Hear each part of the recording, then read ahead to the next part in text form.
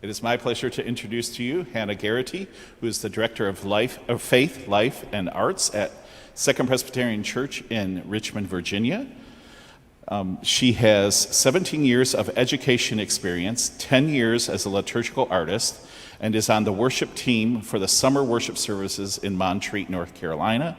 6 years publishing regularly as the founding creative partner with A Sanctified Art. 4 years as a member at Second Presbyterian Church, where she is an ordained elder. In an effort to continue to expand her personal journey into faith and the church, she is now going to Union Presbyterian Seminary in Richmond to pursue an MDiv and an MAPT dual degree. Hannah has an amazing portfolio website and work at A Sanctified Art. And Hannah and I have known each other for approximately 10 years, I would say, and have collaborated with creating an online worship service for APSE, which is the Association of Presbyterian Church Educators, during the pandemic, which was a challenge, but it was my pleasure to work with this genius because she's just fabulous. So I did the music, she did the art, and all that. So it's a joy to welcome Hannah, both as a friend and a colleague.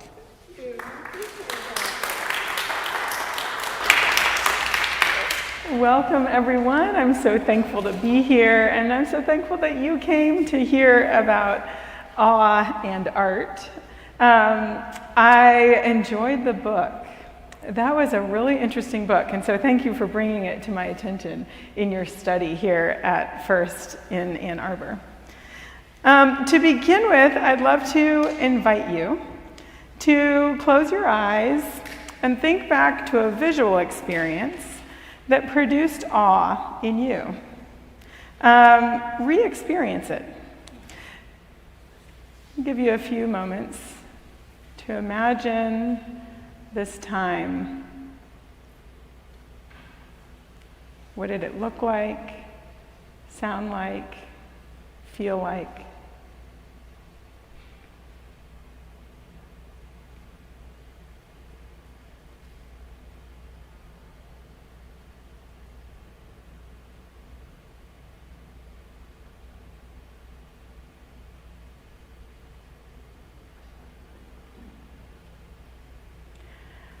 Now, hold on to it, and we're going to touch back to this moment in our time together today.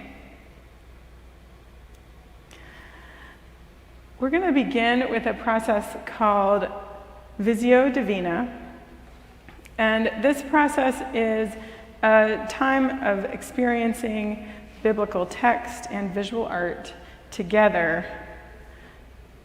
So to begin with, please center yourself by taking a deep breath. Relax your body as best you can. Allow your shoulders to lower away from your ears. Let your arms rest in your lap. Let your feet be fully supported by the floor. And feel the weight of your body held by the pew. Spend this time in quiet and open yourself up to God's voice.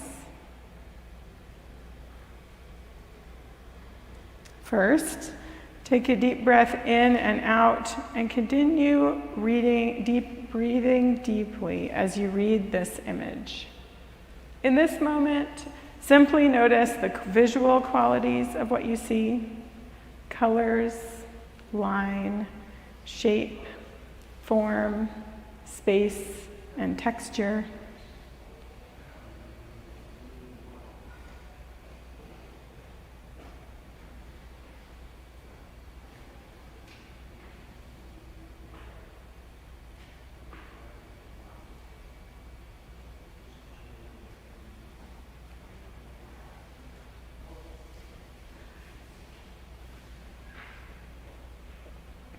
Now, take a deeper look.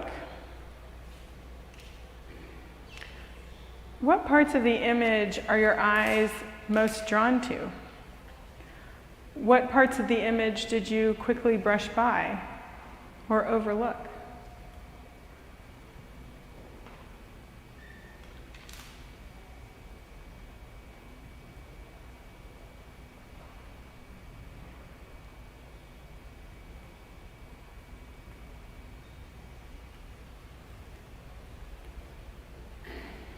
And now use your imagination. Imagine yourself in this piece. Where would you be? How would you interact with what surrounds you? Look at the figures. What story do you assign to each of them? What emotions would you give to them?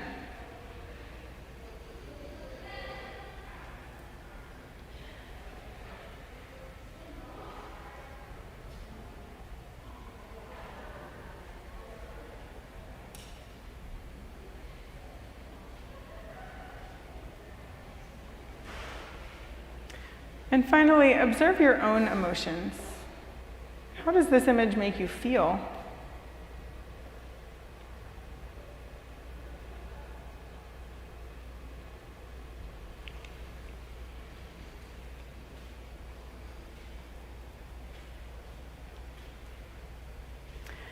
Now listen to Ruth chapter 1, verse 6.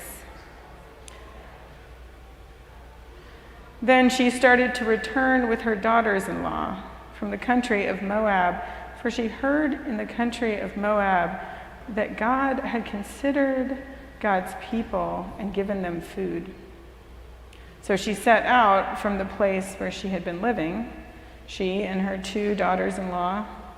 They went on their way to go back to the land of Judah.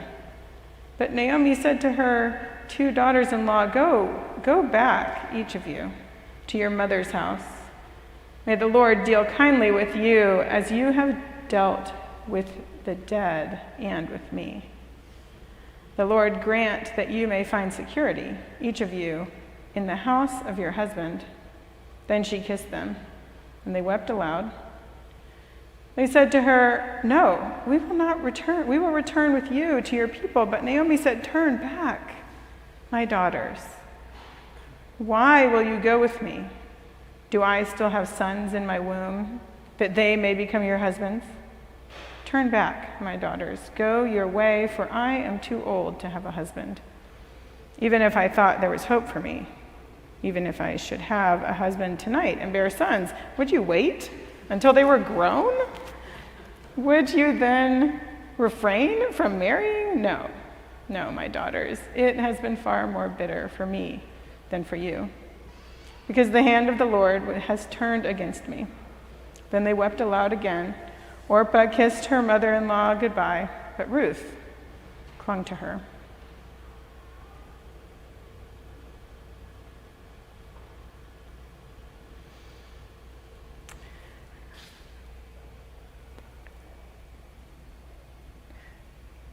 And the artist statement for this piece is as follows. But Ruth said, Do not press me to leave you or to turn back from following you. For you go, where you go, I will go. Where you lodge, I will lodge. Your people shall be my people, and your God, my God. This drawing is inspired by news images from the United States border with Mexico. On the journey, Ruth, Naomi, and Orpah discussed the prospects of meeting basic needs for the daughters-in-law if they choose to stay with Naomi, a widow and the most marginalized in her society. Naomi knew that she would not be able to provide for her loved ones. In the art, we imagine Ruth's teary decision to continue with Naomi. We are aware of the insecurities to which she is committing, what drives her to choose this life. How is she able to summon the courage to persevere? How can we begin to understand her perspective?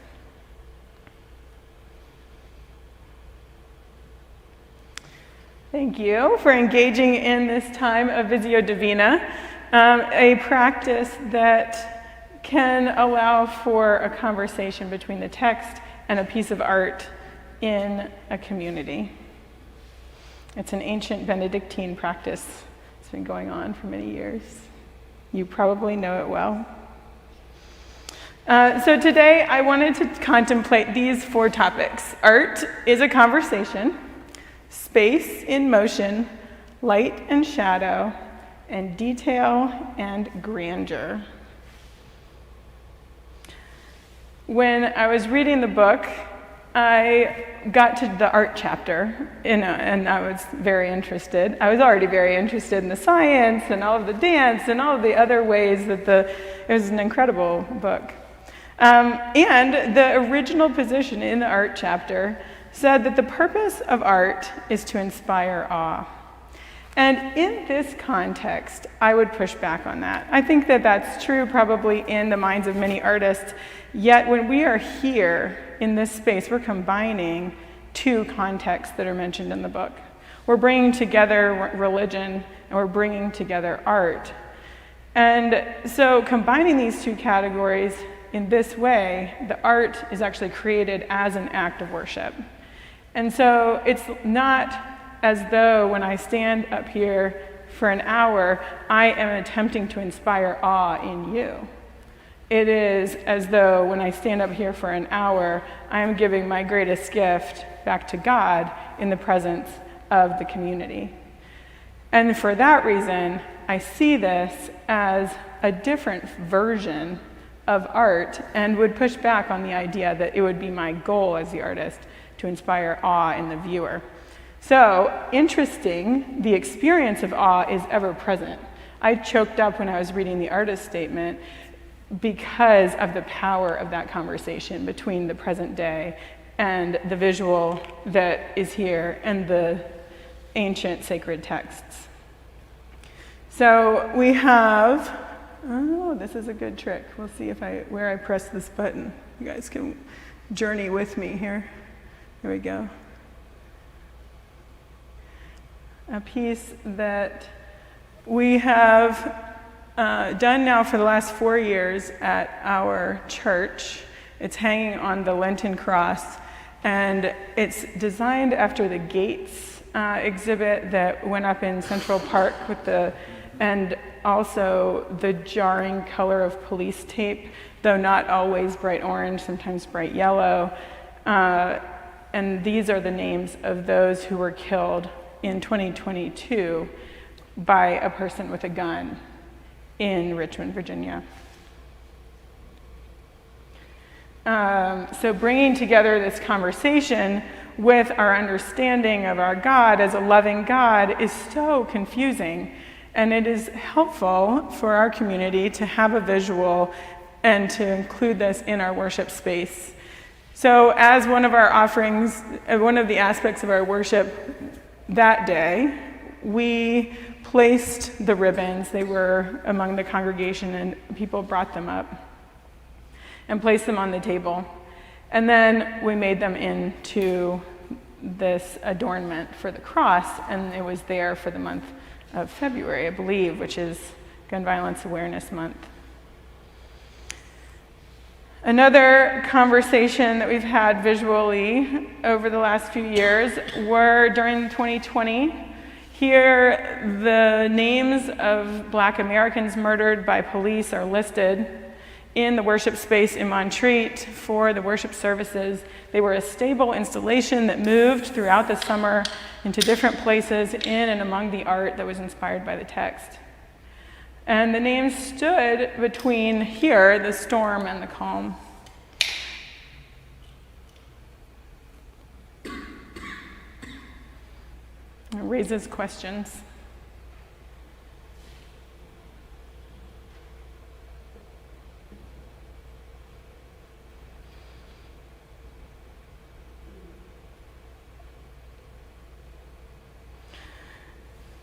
Let's see, here we go. Can you see that? My niece, who for years has been the only one of the only people of color present in the worship service that is in this image, she looked at this painting and of the two disciples shaking the dust off their feet, and she said, "Is that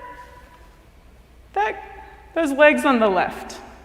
Is that a brown girl?" She asked me. And my only answer in this experience where I have no control over most things was to say that yes, you have to integrate the visual intentionally. I was honored that she even noticed that I tried.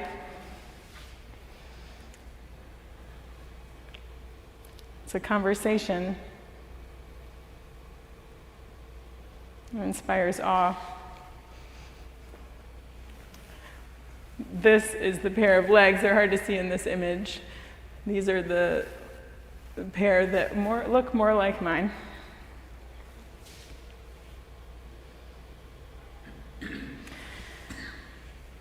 These three pieces are all different texts. Why have you forsaken me? Yoke, Isaiah 9. And then kintsugi, spice bowl. On the morning that Jesus died, when the women entered the tomb and dropped their spices, I imagine the healing of the bowl with the glory of God represented in gold. This piece, and many pieces, as I go through this process of praying with the text and the paint, I'm in a conversation with God. And this one was incredibly powerful. It drew me in, and this was in 2018, 2017. I was working with oils for the first time since college because I needed to, even though I still don't have the right ventilation system. And so this is why I always say to myself, I'm not going to use them, and then I use fans or go outside, and I'm drawn to this natural material. But this conversation here was about Black Jesus and the way that we skip over this moment so readily in our society to get to those Easter lilies that are in the background. And so for building out his face, I studied hundreds of faces and facial expressions, and I found this woman who was in a movie who was really struggling for her life. And that was where I found the most authentic facial expression to build out and imagine Jesus in a way that when, as a child, I would never have seen Jesus. And in a way that feels really authentic to the times that we are in here in America and around the world. For me, this experience was one of the most powerful painting experiences I've ever had. And it struck awe in me, not the result of the work, but the act of conversing with God around this struggle of our time. In Isaiah 9, we're talking about the breaking of the yoke and representing the border again. So there we look up above the wall that was being built at the time to the barbed wire that will slice my skin.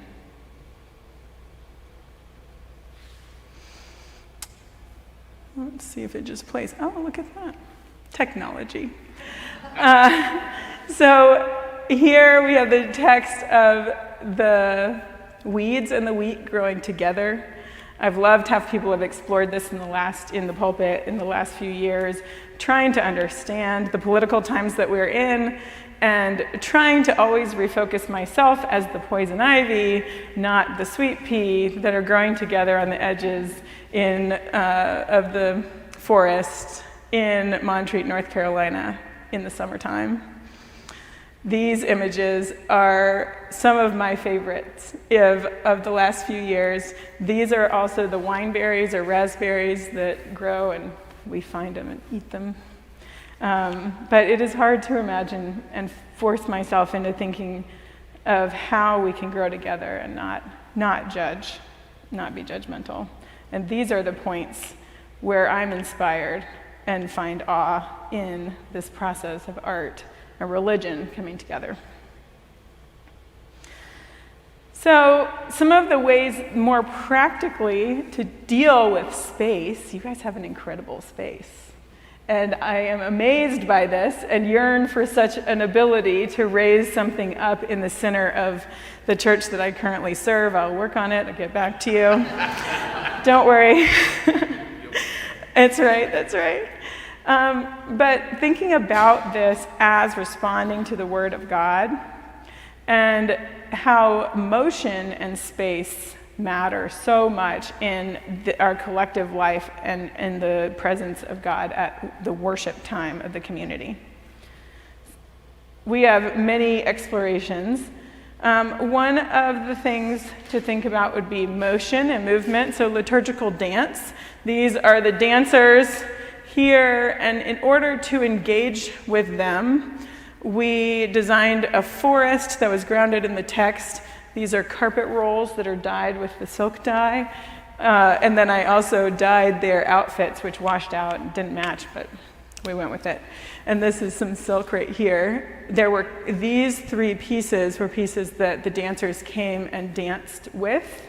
And one of the things that has been most interesting to me about liturgical dance recently is a little bit more about the way that I'm talking about the visual art in worship, but a sense of, is it illustrational, or is this a prayerful, more emotive connection with God? And to talk to different dance designers and thinking about how they're choreographing their teams, often ballet teams, that are doing some liturgical dance. Sometimes you'll see a more illustrative sort of storytelling, and then sometimes you'll see choreographers who push way back on that and are really leaning into this idea of being in a worshipful conversation with God. So thinking about adorning space and creating space, this was an installation that we were able to do with about 200 kids. We did it as an art project in the children's time, and because of that, we had hundreds of people come to this event because the children had built it. They'd created it, and in order to set up that children's time with them, it had to then also be prayerful. So I would read the text, and then we would sing, "In life and in death we belong to God," because this was our COVID memorial event. And so we had one lantern for every 10,000 people who had died of COVID at that time worldwide. And we crossed 4 million worldwide that night as we were having this service. So thinking about how to build out space and participating, having it be participatory, much like your crane installation here, that can create a sense of awe in terms of community and coming together around the glory of God.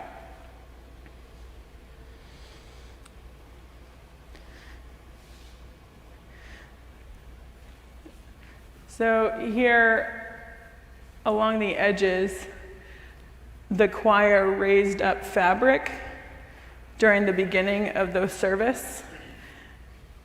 And when I'm thinking about doing something like that in a worship service, again, it's not about the show of it, right? It's just like how a choir or anyone else is coming into this space to glorify God. So what is the point? How is it related to the text? And then how is it going to be tasteful and not showy? And the way that was possible here was that it's a one-shot deal.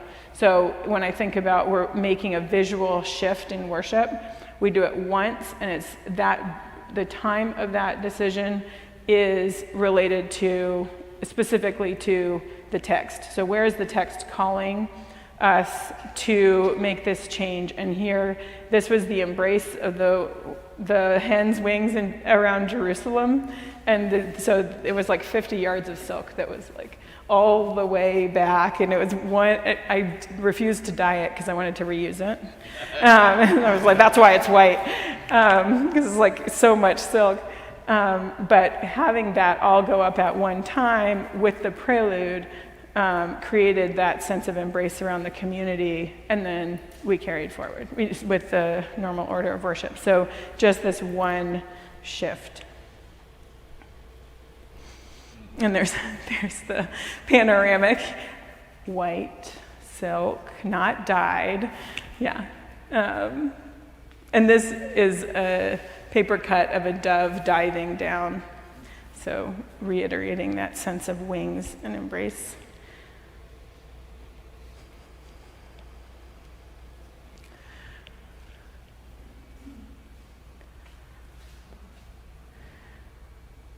So bringing in regular unity in the brushwork and things like this are one way to allow an adornment of the space to really feel intentional.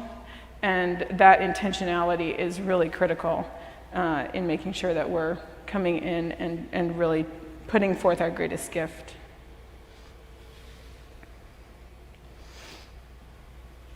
And here I wanted to talk a little bit about depth.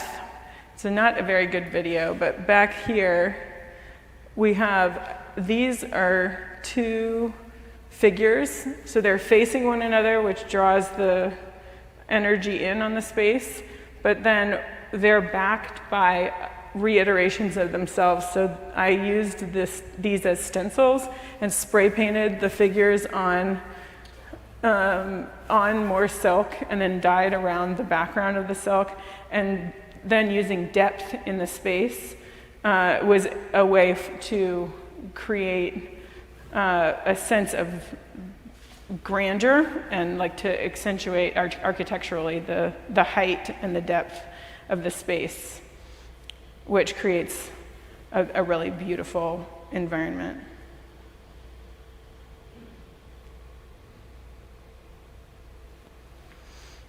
And here, depending on how they're lit, they can cause disco ball effects, which I'm then texting someone in the middle of worship, being like, "Can you cut that side light, please?" But if they're lit correctly, there's just a slight sense of motion that happens, and we only ever use these when they have meaning. So often it's a difficult text where we're looking at the reflection of our own, human behavior in the text. And so then the mirrors make a lot of sense because visually we're reiterating that concept of self-reflection. We've done it less tastefully, like with your dorm room wall, the one that you hammered to the back of your dorm room door and like walked it down the aisles, and it felt much more drastic. So it just depends on where the text is calling, how a mirror can really be, it can create an amazing sense in the space. Changed what was selected, sorry.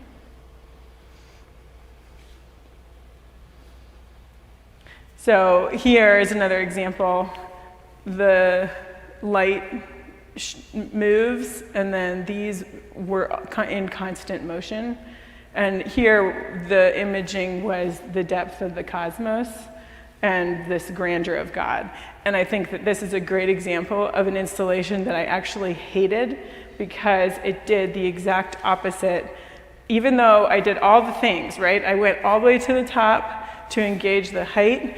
I got depth, but I think what I was hoping for here was that back here the light would be the thing you saw, but we turn on these side lights, and when it hit the silk, all you saw was sort of like the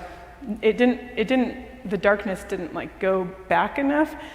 So I was just upset the whole time, which wasn't worshipful for me. However, no one else was bothered by it, but I think this is an example, in my opinion, of something that was not effective in the ways that I'm talking about, where it just became there, and that was okay, because it was there, and it was done in good intention, but the sense from the text I didn't feel like it was there for the time that we were in the worship space. Of course, God was there and solved it. And here's another way that depth was used, where you can feel a sense of going in and out of the piece. the parable of the sower dropping the wheat. I love that one.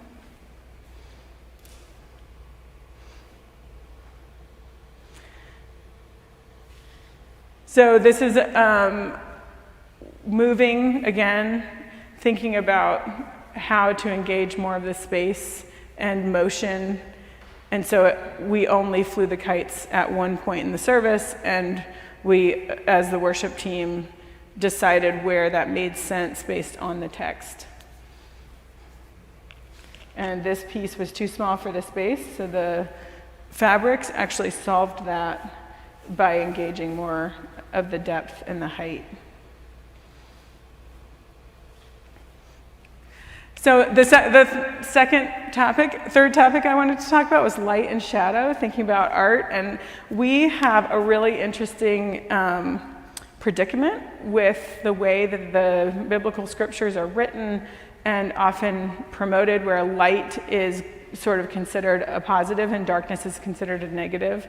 At Sanctified Art right now, we're collaborating with the amazing Nicolette Piñaranda, who is the illustrator of a new children's book called Holy Darkness, which I commend to you. And it lifts the spaces in the biblical text for children. It is a gift to children, but I think a gift to all of us, to thinking about how darkness has been lifted up as holy in the scriptures. Here I'm going to talk a little bit about light and shadow, and one thing that I was thinking a lot about today when I was doing this was making sure I reserved at least a tiny little bit of light space. So just like this piece of this art work, I left the horizon line a little bit lighter so that there would be a focal point at the back of the work. And the other thing that materials-wise works really well for light and shadow here is metal. So that's actually copper flashing. You can fix your house or make liturgical art. This was inspired by our Rothko piece. Backlighting. The choir actually got to have the backlit experience with this art piece up here today. But this is actually an extra piece of art back here, and then there are lights hitting it, and that's why you see light coming through the paper cuts. And that is really an incredible way to make a space feel like light is emanating from a place that it really isn't. And that was, so it's another way to artistically try to lean into those gifts that we have as artists to try to inspire awe from the artist standpoint. Casting shadows. This is an example that I love where the paper cut was on the table and the light was here. And this does a couple of things. One, it adorns a piece of the sanctuary that no one is going to see, which reiterates that idea that we're not here for the audience or the congregation's view of the art, but rather to consider the text and then give the greatest gift as creating beauty into the space based on the text. So this is actually behind the parament, under the table. No one can see it but God. And so I just absolutely loved how that worked. This can get very tacky very fast, so you have to be really careful. But sometimes we'll use string lighting to, again, have light emanating from a place that it wouldn't be. Here, this is that same installation I don't like, and it probably would have worked better to have the string lights behind and have them coming through that place that I wanted more darkness and light. So, and the last topic I wanted to touch on is detail and grandeur. So we've talked a little bit about this, but one of the things, and you saw with the kids today, I wanted them to engage in the detail because it brings you back to the painting in a way that you want to know, what did that salt do? Or when you see a piece like this from far away, this is Zechariah and John the Baptist, and Zechariah is whispering the blessing into John's ear. But these textures here, if you're far away, you can see that they're there, but you can't see what they are, and it draws you in as the viewer, which can also help engage a space with a sense of awe. Here's an example in a larger space. This little cow is super hilarious. He was like zoomed in on a wide-angle lens, but these larger spaces and then smaller details that have meaning are a way to make a paper cut actually hold together, because if I cut out the whole large space, the whole thing would fall apart. So the tiny spaces, though, are all grounded in the text, and this particular piece is the shape of a heart. The world, continents have been tipped to fit in the heart, and then all the texts for the conference that this went with are illustrated within the continents in paper cut detail. And details that may never be seen but are still worth it. So something like this, difference between this gold and that gold, this is the actual gold fleck that's in a higher level product. I don't have enough of a budget to do that on the whole thing, but here it is on the pulpit. So lifting up a more precious material. Here, these were really hard to see from far away, but this is every word from all the texts for the entire conference, and it went all the way around the building. What you saw from far away was the color washes, but when you came up close, you saw the Word of God. And then here, you might not be able to tell what you're looking at from far away, but the impressionistic sense there was consistent through the piece, which was the first landscape I've been satisfied at this scale with, and it was because of that unity in brushstroke that also wasn't so explanatory that it was that it trapped the sense of awe. You can lean into the lights and darks in that piece in a way that you can't do if I had used flat paint. Same thing, brushstroke style, so that same impressionistic brushstroke, but here with a more angular sense, and then using a paper cut design on silk and playing with light and dark and texture of the salt. You can see that's the same medium that we used here today. And these are things that draw you in because they're only visible up close. And then going to the other point is the grandeur of an installation. This is a great example, much better than this example, but making sure that these were long enough and wide enough that they would do the thing in the space without really being a disappointment. And because that's not going to inspire any awe, the disappointment part.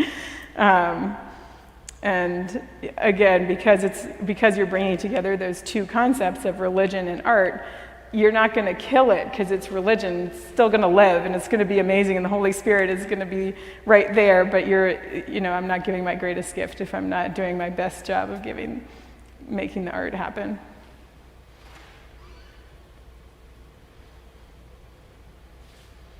So I've found that things are really effective when they reach high like this and not side to side. But if the text is jarring, I also am looking to have the art feel jarring, yet beautiful. So I'm still making sure that it's beautiful, but I often will get a response like, oh, I didn't like that. And I'm like, yeah, I didn't either. It was a really hard text. And then again, back to metals and mirrors.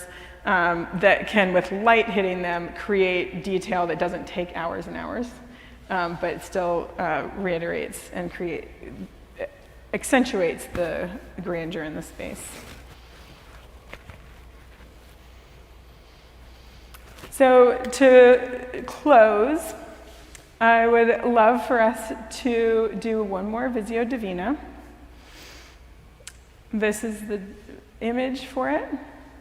And if you would center yourself by taking a deep breath, relaxing your body as best you can, Allow your shoulders to lower away from your ears. Let your arms rest in your lap. And let your feet be fully supported by the floor. Feel the weight of your body held by the chair. Spend this time in quiet. Open yourself up to God and God's voice.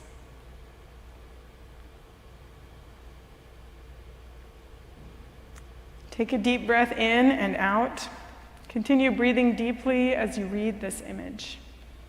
In this moment, simply notice the visual qualities that you see. Color, line, shape, form, and texture.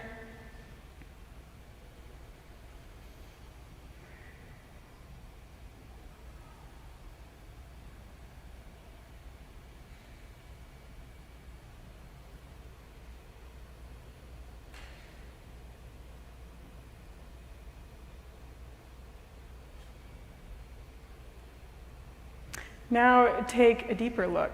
What parts of the image are your eyes most drawn to? What parts of the image did you quickly brush over or look past?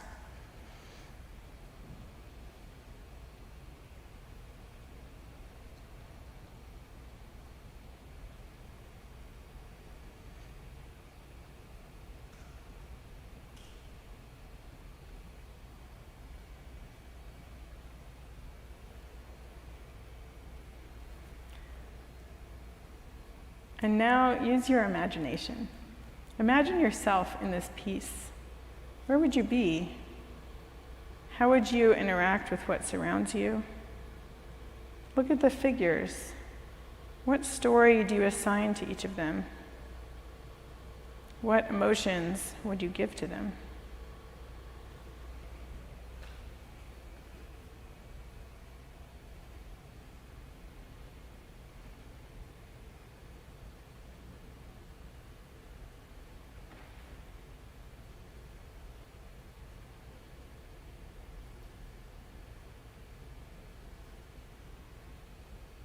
Finally, observe your own emotions. How does this image make you feel?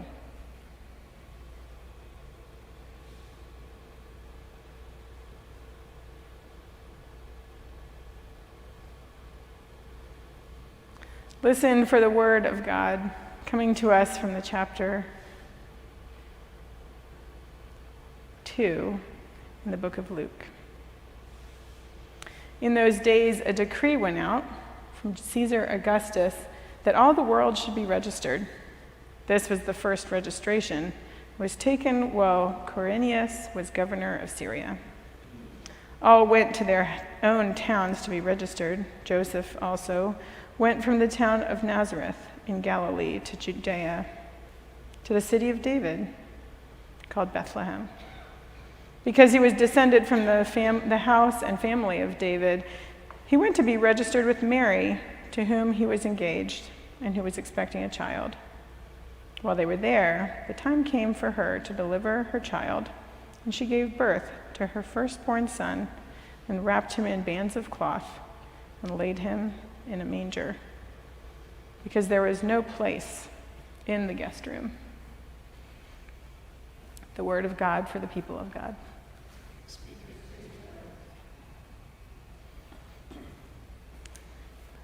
And that is all. I would love to take questions if anyone has any.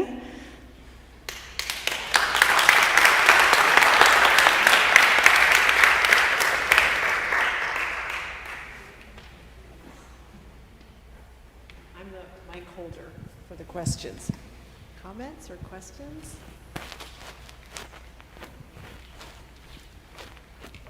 Thank you so much for this. You're welcome. There was something I noticed when you were talking to us about 5 slides before the end, where these words played across your face because the screen had you in its, it was reflecting off of you. I don't know whether this, there. And so I was wondering whether you've done anything with words being written on bodies themselves. I mean, bodies in motion, bodies moving around. Wow. Where the human beings become the canvas. Yeah, I have not. And yet, what a great idea. Yeah, no, I haven't. The closest we've come to that in my work in the different places that I have been in worship spaces has been the liturgical dance. And I've thought a lot about projection, but I haven't actually used it. We did do a scrim at the front of the space, the chancel space, and projected from behind at least one time. But that's the closest I would say I've come to using projection. It's a really interesting question, especially in more traditional spaces. I think the most powerful projected pieces that I've seen recently were the ones when the Black Lives Matter movement was happening, and in downtown Richmond we have the Monument Avenue, and now all the monuments are gone and things are paved over and people have planted plants in all of the places where there used to be sculptures of oppression. And the Robert E. Lee Monument was the one that was the greatest height and took the longest to take down, and also was the center point of the artistic response of fury, that became repeatedly different art installations, and installations were happening around it. It was painted from top to bottom. People have done photographs, but there was a projection piece that went on to that particular monument for a number of weeks. It was really powerful. It's a great idea. I have a question I'd like to ask, then I'll come over. How long does it take you to do the, I mean, are you doing this you're not doing it like every Sunday, are you? So it depends on the context. In Montreat, where many of these large pieces are from, that's an every Sunday. It's a 10-week sprint in the summer. Mm-hmm. Wow. And the studio is a good hike, so it keeps me in shape, but it's not far, it's just up. So I'm like really hoofing it with all the art materials up and then back down. But it's close enough that the work, we do basically a 10-day cycle of collaborative planning with the worship team. And then I have a team, I call them my SOS text, and save our ship at the end of the week once the design is planned and everything's ready to go, to get me out of the studio before midnight on Saturday. And people come in and help with whatever is hand-offable, brush strokes and backgrounds, or repetition like tessellations and things like that, or big swaths of green, whatever is possible to hand off. It's fun. It brings in the community. Amazing. I really enjoyed the way you guided us through looking at a picture. What we saw first, because obviously we were drawn to those two figures, but then to look at the other things as well, that's something that I have never done before, as looking at a painting, and it was so poignant for me to look beyond and to gather meaning from it. And the other piece of it is to feel emotion from what did I feel from that whole thing. So I'm looking at art in a whole different way. Thank you very much. Wow, thank you for sharing that. Hi. I was thinking that I really feel a lot of awe for the piece that you did today in the church. And I wanted to ask you, is that silk up there, or is that canvas? It is silk. Yeah, Yes. that's. I guess what I'm really in awe of is that you didn't get the paint on yourself. I know. It was a miracle. Yeah, and I paint too, and I generally I'm doing portraits right now, so I keep a figure in the middle and I don't do any background. I'm constantly told that I'm not finished. Interesting. And I'm like an artist, I can decide. But True. I think there's something about two-dimensional work that shows a third dimension that people really love. And I saw that happening with the circles first, and there seemed to be depth occurring almost like you were looking through a mirror or through a glass. That was powerful. And then the line that goes from the left side to the back, which is created that depth that people love so much. And when I got here, I started to realize that it looks like a line of people, which is phenomenal. I like that very much. And the last thing I want to say is that it was interesting to me that you painted the outer edges red to start with. And then as the service progressed, you took it to black, I thought, from where I was sitting. And that could have been because of the light or the paint that you used. It was wet, or yeah. whatever, that it is blue to me now. That's what I see. So I wondered what color was it, and how did that line and that framing develop? So on the larger works, I find that the framing really helps to create back to that conversation idea. And I think I can bring this down here, just a second, without spilling everything. That's the trick. You guys can all say a prayer for me real quick.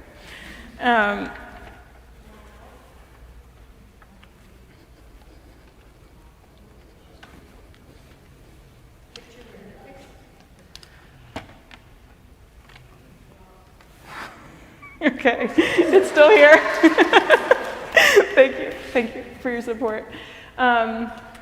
Framing really helps to bring in the focal point and also allow for that conversation between what to me was going on, what I was hearing in my study of the text and as we talked about conversations with God around this work today, was that clash with capitalism, which I think we all experience all the time, in the way that God is calling us to a very different mindset, even if, to the pastor's point, it might not be something we go out and make a business plan based on, which would be something we should also discuss, right? But the sense of the larger coins being closer to the back of the line, and the smaller coins being closer to the front of the line. That was the sense of focal point that I was feeling was coming from the text. But there's this other piece of the sacraments and the vineyard language, and the language that brings in the grape leaves and the grapevine that's going around the border. In order for those two things to have their own space but also be in conversation with one another, that's why I include the border. And it also plays really well visually, especially in a large space like this, to have some real stark contrast. Well, I think it's my duty to close us down, which is really sad, because this has been so incredibly generative. I have a small gift here somewhere from the Adult Faith Formation. You're so kind. Just a small thank you, but Thank you. I just want to say how deeply moving this is. I mean, I already said to Hannah, if you haven't Googled her and gone to her portfolio and seen the 9-minute video of her work, you're really missing something. You're getting a taste of it here, but it is simply gorgeous. And I just have never imagined this possibility that this setting could do this. I mean, I feel like Dave and all the things, amazing thing our music and art team has done here has lifted the sense of possibility. But boy, you just took it to a whole new level. Thank you. Thank you so much for coming and for all the things you're doing. I mean, later tonight, this amazing thing that we're all going to make I silk. hope you all come. Yeah. Your hands could look like this. And then I have to do just a little shout out for the last thing in our Awe series is an Awe Walk next Saturday at 10 o'clock at Bird Park, right? That Mel is leading us on. So thank you, and we hope you'll come back. Thank you so much. Thank you, everyone.